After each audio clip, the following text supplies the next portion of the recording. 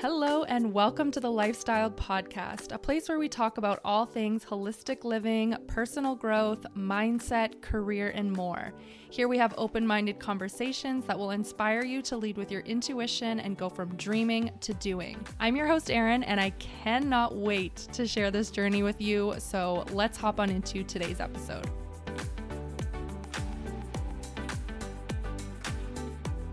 Hello. Welcome back to a brand new episode. For today's episode, I'm sitting down with Lori, who's the host of the podcast Sailing Through Life. So back in 2017, Lori was diagnosed with skin cancer, which completely flipped her world upside down, rightfully so. And through her journey, she decided to start a podcast and be completely open with her own story in hopes that it could help others going through similar experiences and also create a community of support. So since May is Cancer Awareness Month, I thought having her on the podcast just to share her story would be very fitting. I truly admire Lori and how resilient she is, how she's managed to shift her mindset to be more positive even through an incredibly challenging time in her life. So in this episode, we'll be talking about how important mindset is when dealing with adversity and learning to take things one day at a time. So Lori and I actually connected over on Instagram. We chatted a little bit over DMs, and she actually mentioned to me that she found me online through one of my styling fine and thin hair videos. And that was a completely humbling moment for me because I don't know, I never thought my videos could possibly help someone go through a challenging time in their life. So she was searching for videos and styling finer and thinner hair when she was losing her hair due to her treatments and through her cancer. I don't know, that really just hit me that, oh my gosh, I never in 100 million years would have thought a video like that could help to uplift someone else going through such a challenging time. So I really appreciated her telling me that because it gave me a whole new perspective on those videos that I did, in my starting out days that sometimes I'm like, I'm so cringe about them, you know what I mean? But to hear her say that made me think, okay, these, are maybe helping more people than I even know in ways that I could have never even imagined, if that makes sense. So yeah, it all came full circle a little bit. So I really do hope you enjoy this conversation and you're able to pull something from it. But without further ado, let's hop on right into it. I would love for you just to give everyone a little background and tell us about yourself, about your journey, how you got to where you're at now, and you can feel free to bring it way back. Okay. The more context, the better. Sounds good. Thank you, Erin, for having me. I do appreciate it. And this is an important topic, obviously, for me because of going through melanoma diagnosis. I would say the majority of my story related to this topic would go back to 2017. The summer of 2017, we were always outside, always doing things. And I had a mole on the side of my leg that I had bumped, and it was giving me some trouble and it wouldn't really heal right. And I wasn't really sure what was going on with it. So it was right where a skirt would hit and it would always just be irritated. So I just learned to put a Band-Aid on it and move along. And we had family out on our boat. We were just enjoying a summer day, and my mom, being a nurse and a mom, said, "That's not right. You need to get that checked out." So I called the dermatologist. They got me scheduled in. I had to wait a month. So in that month time now, I'm thinking, what is going on? You can't get in any sooner, so you just have to wait. And when I got into the doctor's office, I was looking around at all the posters of everything, and I, at that moment, knew it was bad. They did a biopsy and told me they would get back to me. And so I just kind of collected myself up and went back to work. And it seemed like a long time, but I would say it was probably maybe a couple of days, 3 days when I got a call at work. the dermatologist called me and said, "You have malignant melanoma." And I don't remember a whole lot he said before, and I don't remember a whole lot of what he said afterward, because at that moment I was just in shock that somebody just told me I had cancer. And you don't know how to process that. And it just really caught me by surprise, to hear it. You think it, but when somebody actually says it, it's different. So I ended up calling my husband. He came to work so he could drive me home, because I was just beside myself that everything I thought I was doing at that moment and into my future went away. It was gone.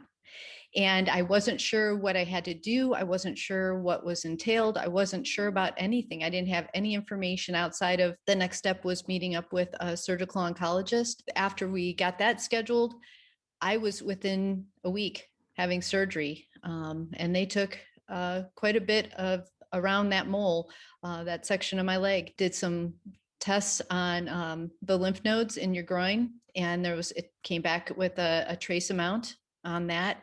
And that fortunately happened so that I was able to get the form of treatment that I was given first, was Opdivo.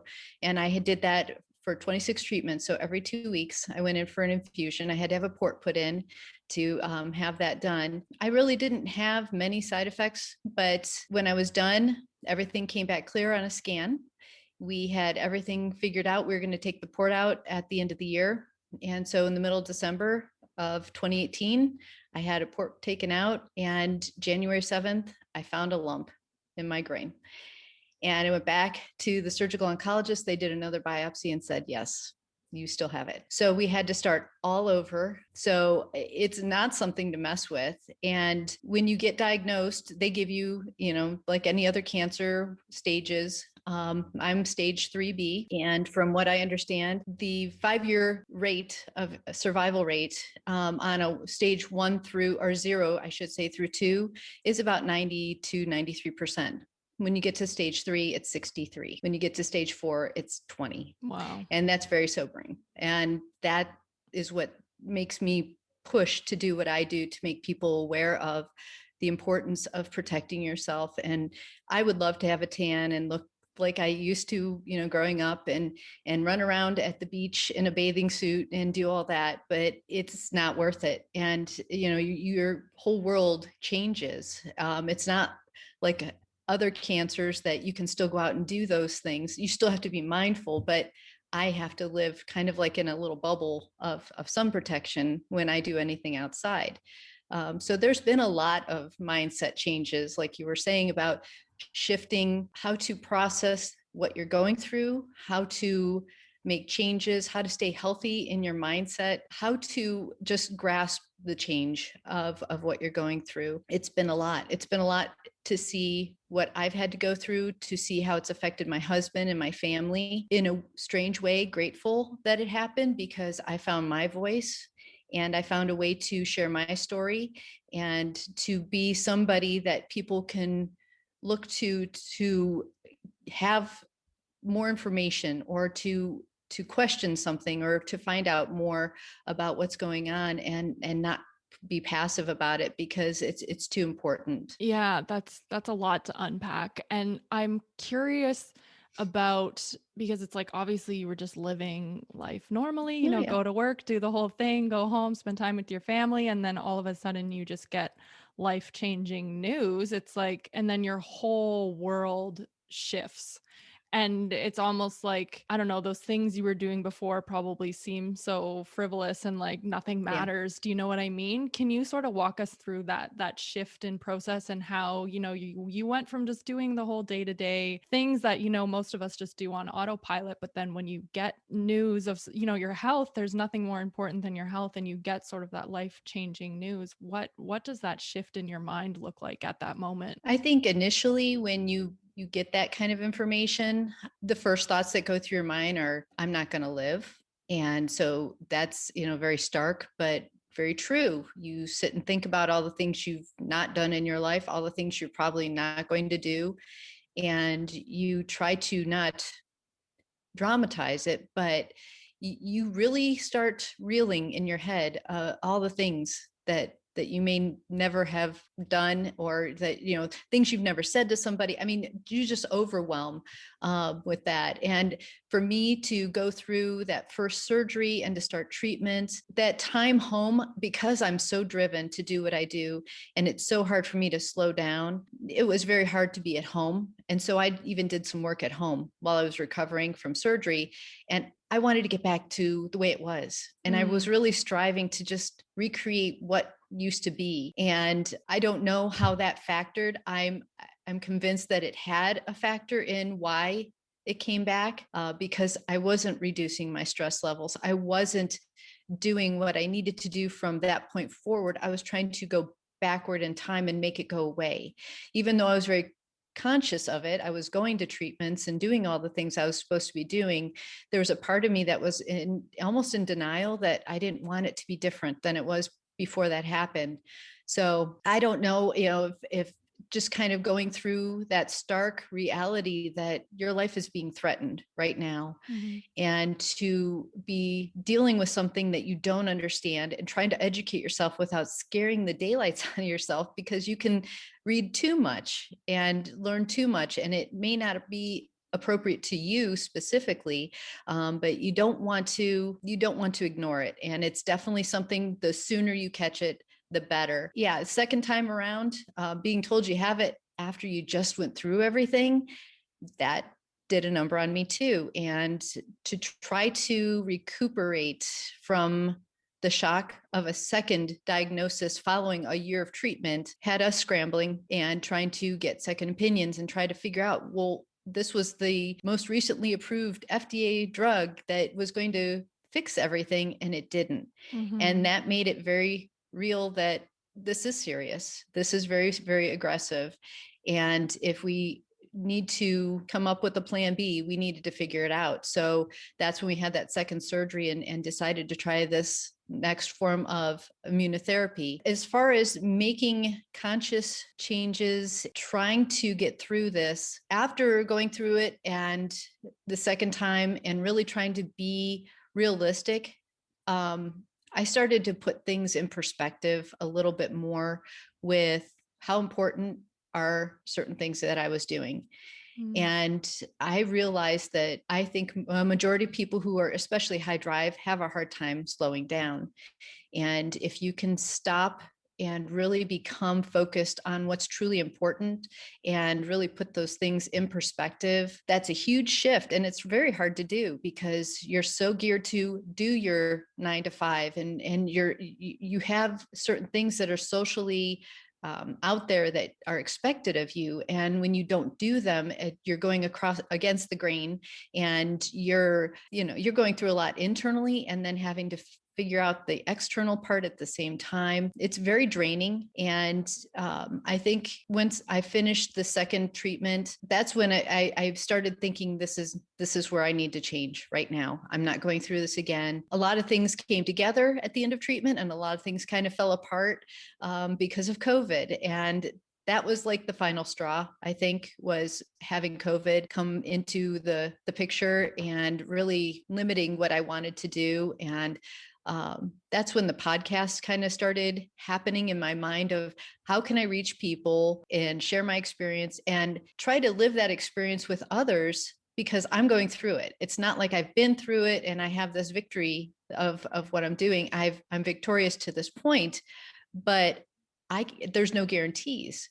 And I'm going through this just as much as anybody else. My conversations with others in the podcast are either they're helping others or they've been through it. And it's always good to hear other perspective on how somebody else dealt with it. So it's like a virtual support system almost. Exactly. I kind of feel like, how you were saying, how you were sort of battling, and people expect things of you socially and all of this stuff. It's almost like there's a battle going on within your own mind as well. It's like, okay, this horrible thing is going on in my life, but I still want to show up in my personal life and, do what's expected of me and do all of these things. And I feel like That's sort of how my mindset is too. It's almost like the people pleaser. Like, Mm-hmm. even though you are going through such crazy things and you should be taking time just to retract and be with yourself, you still feel the need to show up. Was that like a huge back and forth for you? And I guess when COVID sort of hit, were you able to take that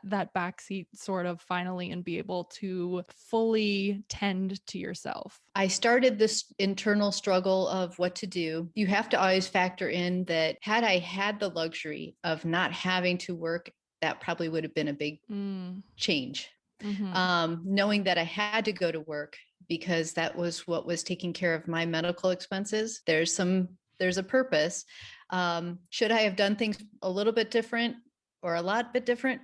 Probably, but in scope of what I was dealing with at the time and trying to make everything happen, I was trying to do what I had to do and for my job and do what I had to do for myself. And I was trying to make both of those happen. And there was too much of a sacrifice on me. And to fight what's expected to get to where I needed to go, to finally have an opportunity to not be so dependent on that and make some changes in the last year to allow me to step out of the work circle has been monumental. It's a broken thing when you have to do something to make sure you can take care of yourself, but what you're doing is actually hurting you. Yeah, I completely agree with that. It's like a vicious cycle.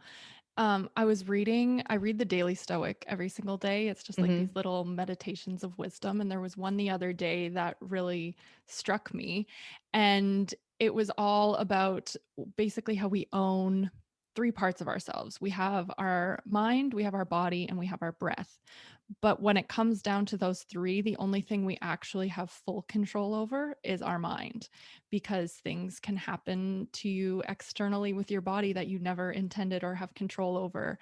For example, having some sort of illness, or you get hit by a car, or, anything can happen to your body. And it's like all of a sudden your life changes. And same thing with your breath. We feel like we have full control over that, but at some point, it'll just stop and that's it. That's all. So when it comes down to it, our mind is really the only thing that we have that full control over within us. I thought that was just such an interesting one, and probably one you can relate to big time after having gone through an illness yourself. And I was listening to one of your podcasts, and you said how there are things in your life that you decide, and then how there are things in your life that are decided for you. Mm-hmm. And it's all about your mindset. Again, once again, can sort of bring things into perspective a little bit, and you can choose how to see the situations. And I'd love to just dive a little bit deeper onto how you were able to shift your mindset to come out of all of this victorious, or as a survivor, rather than putting yourself in, a victim mentality. I think because I feel like I have so much more to give. Mm-hmm. I feel like I've done part of my life to do what I had to do. And I still feel like there's things that I need or want to do. And in order to do that, I have to always try to shift things. And I am driven. I am absolutely, you ask anybody, if you put it in front of me and say, you need to do this, I'm on it. I will Mm-hmm. do it because I feel that sense of pride for myself. I always feel like there's always something I can do better. There's always somebody I can help. There's probably genetic. My mom being a nurse, my family's all in the medical field. There's something in our genes that makes us predisposed to wanting to help other people. Mm-hmm. And I know if I went through this struggle, there's got to be somebody else going through it. But I've always tried to make my thought process be that this is today. I start fresh tomorrow. If something happens, it's not going to be great. I will figure out a way to get through it. I've done it before and I will get through it again. The more you start doing that, the more you see everything kind of falling into place in your life. And we started making some decisions about what was important for me and trying to figure out the best way to allow me to have that time to really step back and really be focused on my health and my mental, physical well-being. I think if you're always a doer, you'll figure out a way to do it. You just kind of go in things just at a different way than maybe somebody else does. And I always have just done the wake up and start fresh has been the biggest advantage because even though you still have things from yesterday, you still start with a clean slate, and it gives you at least a little bit of a recharge to pursue what the next steps are.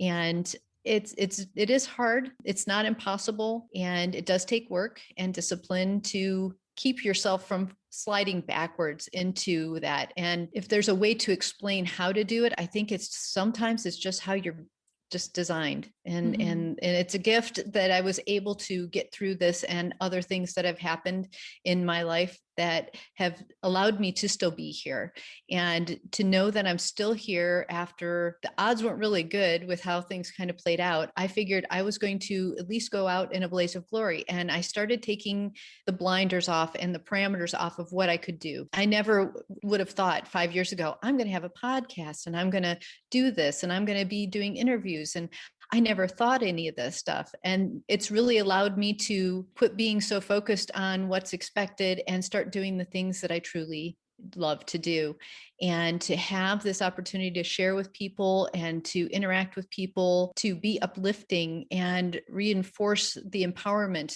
of what your life is about, and the opportunities that are out there. And it may not be what everybody else is doing, but if it's truly in your core and it really means that much to you, figure out a way to do it. And it may be a compromise out the gate, but eventually you'll figure out a way to make it happen. And I think the more you perpetuate that, the more opportunities you have. Do you find like you've become a little bit more fearless in going after the things that you want to do, or maybe even the opposite? No, I would say we've definitely become more fearless in pursuing our dreams.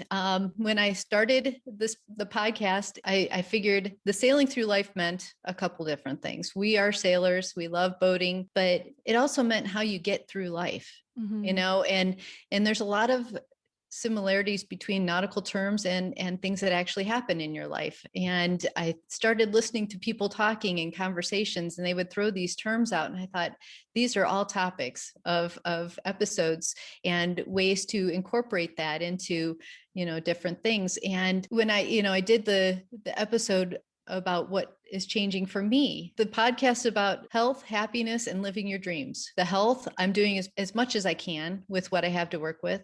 The happiness is the mindset side of it. And living your dreams is pursuing and really going after those things that do give you pleasure, that do help somebody, that does give you that sense of purpose. Yeah, I think in the next year, there's going to be a lot of changes for me, and I'm really looking forward to it. It's scary, scary and exciting all at once. And I think it's time that I do it. I can always go back to the same old of what was before, but now's the opportunity. I don't want to sit and thinking about, down the road that I wish I would have done something different. And I have the opportunity. I'm physically able to do things now. So now's the time to do it. Is it scary? Absolutely. To take everything you've known in your life and the way you perceive what you should do in your life and totally dismantle it. It's, unravel everything, get down to the core basics, and to pursue that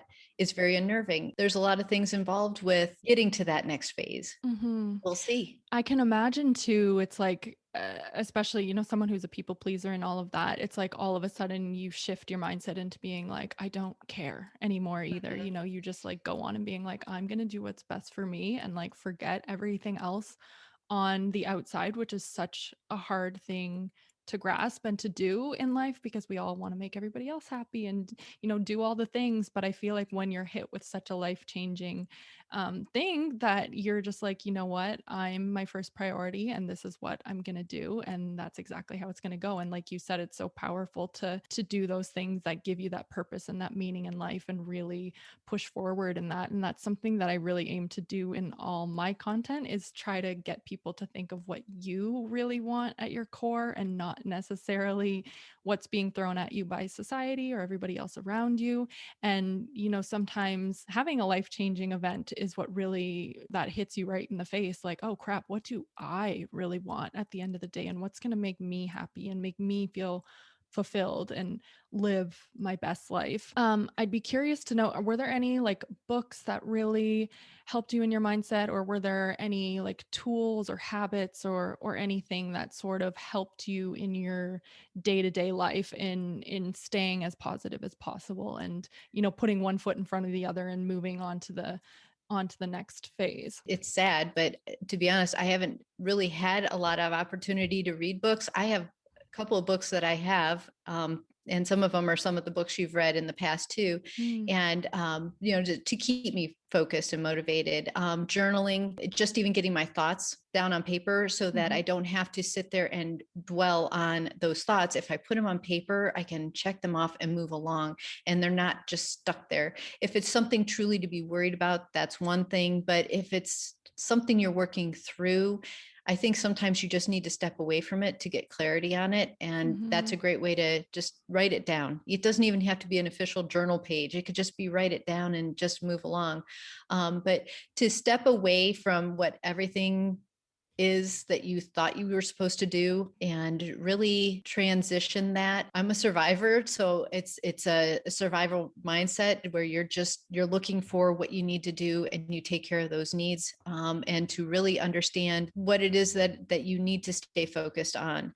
I need to stay focused on my health and what I'm doing. I need to stay focused on my journey of what it is that's important to me, my family and my husband, and to really just prioritize those things. As far as any other sort of support or anything, I've had people in the past I've talked to about different things to try to get through some of these challenges. I think it's interesting when you're trying to sort through things, if you're trying to be at one with your decision, how hard it is to keep outside forces from making you question if you're really feeling that or if it's something from the outside, and really having some quiet just to really have focus on that and process that and really filter out the outside stuff to really get a decision on what it is you're supposed to do. That's the hard part, is not letting that infiltrate your thought process and make you feel like, did I think that, or was that somebody else's saying that, or did somebody I see something that I should do that? And so trying to just sort through those things is the key to a lot of this stuff. which is, it's so important, and just take things, one day at a time, one foot in Hmm. front of the other kind of thing. Um, we were sort of talking before I hit record too about how you were saying how, melanoma, especially, it's a lot more common in the younger generations Yeah, it's nowadays. And I wonder if it's because of like the excessive tanning. I know I was like a crazy tan person. I was always out in the sun, and now I'm like a psycho about sunscreen. But I'm assuming you've done tons of research on this and have learned a lot throughout your process. And right. one of the things you do now is spread a lot of awareness. And because May is Cancer Awareness Month, yeah, I'd love for you to dive a little bit deeper into that and share with us. Sure. Yeah, I know when I was first diagnosed, I had very little understanding of what melanoma is and what it does. And basically, it's the pigment producing cells that go haywire. Something goes wrong in the DNA, and they start mutating and multiplying. And it's amazing that a mole that I had was smaller than a pencil eraser on the side of my leg has caused me to have 6 surgeries and 2 years worth of treatment. The push, and you'll see like on social media, if you follow any of these survivors and their stories, the push is to really do something about tanning beds and really bring awareness to the sun exposure. They have clothing that you can buy that is UPF protection, so it's like sunscreen in your clothes, Mm, and cool. that way you don't have to worry about every ounce of your skin being covered. You can put clothing on and just put sunscreen on the rest, that anything like your face or hands. But just trying to educate yourself about what this is and how it works. Anything that you can do to help yourself, and maybe it's just seeing how much people go through after something like this happens, and it's the sober truth of, yeah, I didn't do a whole lot of tanning. I didn't go to the tanning beds. I didn't do this stuff, but fair haired and blue eyes, and you're predisposed to having that. Growing up, we always, like I said, we're sunscreen to the best we had at that time. And, we put on a t-shirt at the beach just to cover up and try to protect ourselves. Then if you have 5 sunburns, you've now upped your chance 50 to 75%, I think, to have melanoma. Wow. And so, you just, if there's any genetics in your, family history of melanoma, then that ups it. If there's any other cancers, that, increases it. And, melanoma is deceiving because you think it's on the surface. And once you get melanoma, it wants to do what every other cancer does: get into your organs, get into your brain, and it will kill you. And, in my line of work, the job that I'm actually stepping out of is in the funeral industry. And I can tell you, on a daily basis, I see the sadness that happens in a family.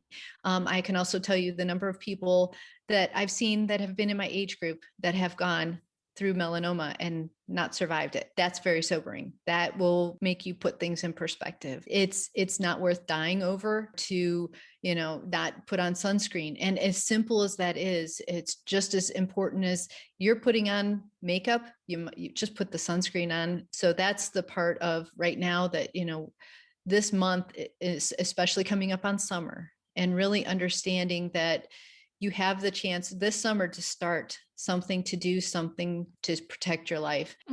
I think I like that this is being talked about a lot more openly now too, because I feel like even just when I was 20, this was not talked about. And maybe that's because social media wasn't a thing when I was in my late teens and early 20s. And that's when I was going crazy at the tanning bed, and I was, outside any single moment it was sunny. I just wanted to have that beautiful bronzed skin. And that's just what people did. And we put like oil on our skin. We wouldn't even use SPF, which is just insane to think about.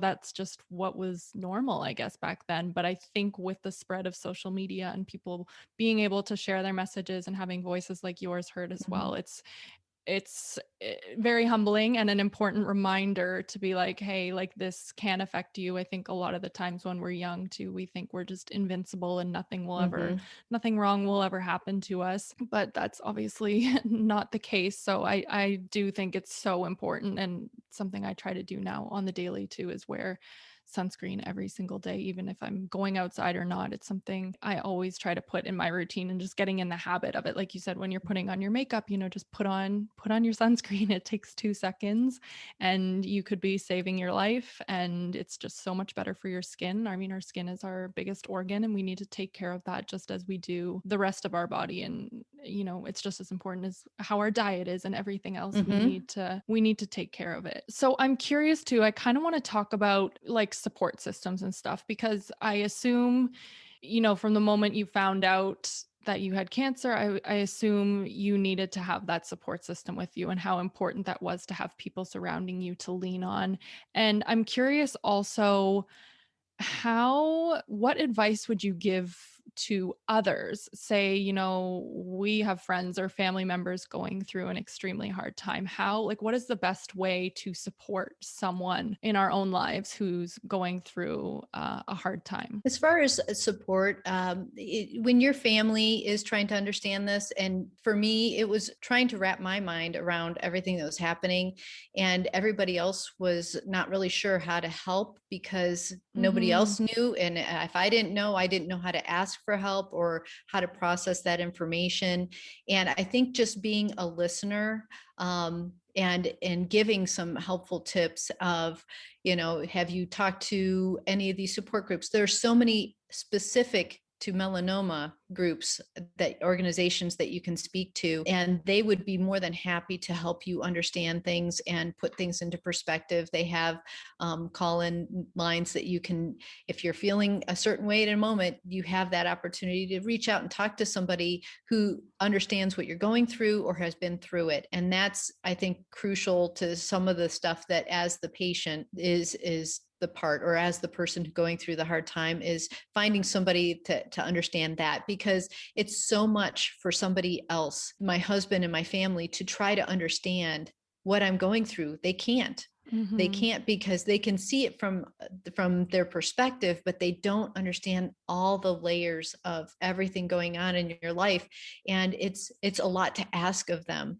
And so I would say, if there was a family member wanting to reach out to somebody who's having trouble right now, is to maybe do a little research and find out if there's an organization that specializes in that, and try to connect them with those two things. Anytime I speak to anybody about cancer in general, cancer care, Immerman Angels, all these groups have things out there that help.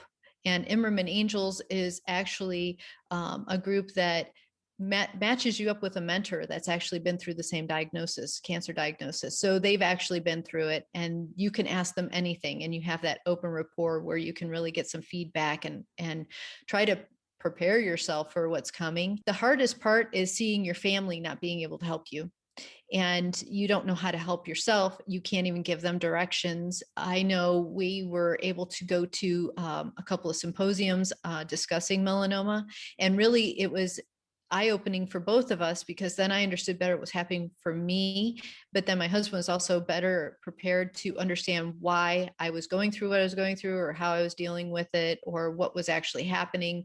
And I think it's just reaching out in general to any group or organization that has that knowledge base of what you're dealing with, that specifies in that, because then they truly know what you're going through, and can help you get the help you need if they can't help you, and give you that direction. There's not an easy answer to that one, just because everybody has a different experience with it. Mm-hmm. And your diagnosis really factors into how serious it is, and physically and mentally what you're going through.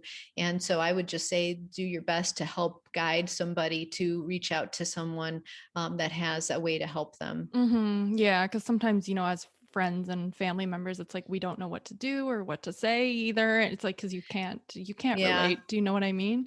Yeah. Yeah, and it's not that, I would just offer to say, I'm more than willing to help. Have you tried talking to these people? And just kind of throw that out there. And even if it's just something you write down in a card, or send it to them and say, hey, I was thinking of you when I saw this, and if you need any help, it sounds like they can help you.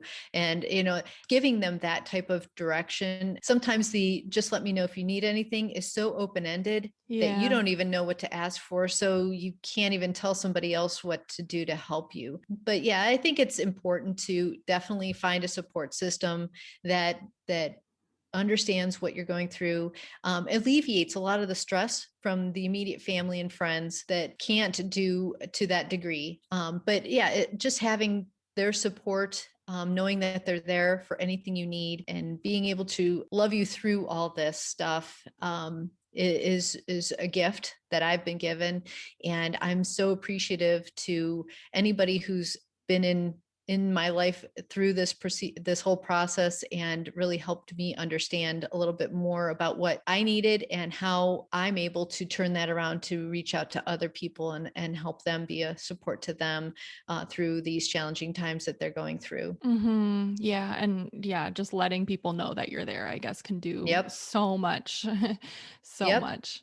I'd love to know, like, if you could go back in time and tell yourself one piece of advice, what would you tell yourself? I would probably go back to staying more true to me, and not being so caught up in what's expected, Mm, and trying to figure out the best way to do what I'm truly here to do. I think it's very easy to get segued in your life to doing what's expected of you, and you don't get that time back. I'm very happy that, because of everything that has happened in my life, that I have been able to be the person that can get through it, and really do everything that I need to do in my life, and start that fresh day every day. But yeah, I would have definitely stuck to my guns on a lot of things, and really pursued the things I really wanted to, instead of doing what I thought I should have done. that's extremely powerful. Well, this was great. Thank you so much, Lori, for Thank sharing you. your story. I'd love for you just to share with everyone, where we can find you online, where we can find your podcast. Well, at this time, I'm just an Instagrammer, but you can find me at Sailing Through Life Podcast on Instagram. And then the podcast is available on all the major platforms. So you can even go to Apple, Spotify, Stitcher, Google, and find it there. Eventually, this upcoming break that I'm taking, I'm looking to really grow things and really work on getting some more avenues to get the word out and really understand better how to help. So I appreciate this opportunity to be with you today, because not only am I helping your listeners, but you're helping me in understanding better how to get the word out, and this is invaluable. So thank you. Yeah, of course. I think, your message is very valuable for a lot of people to hear. And, a lot of people need that support as well and want to connect with people with similar stories. So yeah, thank you so much for sharing and being so open and honest about everything. You're helping a lot of people. Well, it's been an honor and I really appreciate it. Thank you, Erin. That was a really great conversation. I wanted to share with you a few of my personal favorite takeaways from this episode. So feel free to let me know yours as well. Number one being, if you or anyone you know is going through an illness or a challenging time in your life, just know you are not alone in any of it. And seeking out support groups or communities with others in similar situations that can really understand you is going to help you tremendously. Number two, I found it so interesting what Lori said about being in denial and wanting to go back to how life was. And it made me think about how all we truly do have is the present moment. The past is gone. We're never going to get it back. And the future is also never certain. So all we can do is the best that we can in each moment as it comes. Number three, even though you still have things from yesterday, every single day is a clean slate. Number four, I loved that Lori said if she could go back in time to tell herself something she would have done differently, it would be to be more true to who she is and do less of what was expected of her. And I think this is such a big lesson for a lot of us as we go through life. And I just found that incredibly powerful when she said that. And number five, do not forget to wear your SPF. It could wind up saving your life, and the earlier you start, the better. Just add it to your routine. If you're putting on your makeup for your day, you're getting ready in the morning, you wash your face, SPF. Always remember. But other than that, I really hope you enjoyed this episode. I hope you were able to pull some value from it. I will leave all of Lori's details below as well, so you can feel free to connect with her. And I'll catch you in the next one.